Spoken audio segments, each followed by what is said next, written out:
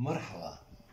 اليوم راح نحكي عن أكلة جديدة زي ما اتفقنا امبارح، أكلي وأكلي. كل أكلة أنا بتعلم منها شيء. المعكرونة، هاي المعكرونة يعني سباجيتي اللي بتعرفوها سباجيتي.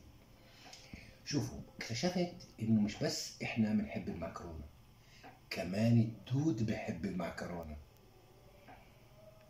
سألتوني ليش؟ أنا بقولكوا ليش. أنت ليش قاعد بالبيت؟ قاعد بالبيت عشان تحمي حالك من الأمراض.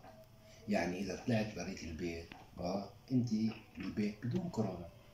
لما تطلع بريت البيت راح تحتك بالناس وتشوفهم ويمكن يعدوك ويصير معك كورونا، فبتصير أنت مع كورونا.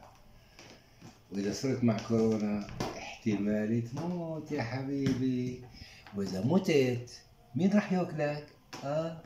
الدود. يعني الدود راح ياكل مع كورونا مش بدون كورونا. خليك بالبيت بدون كورونا. على فكرة أنا بحبش المعكرونة.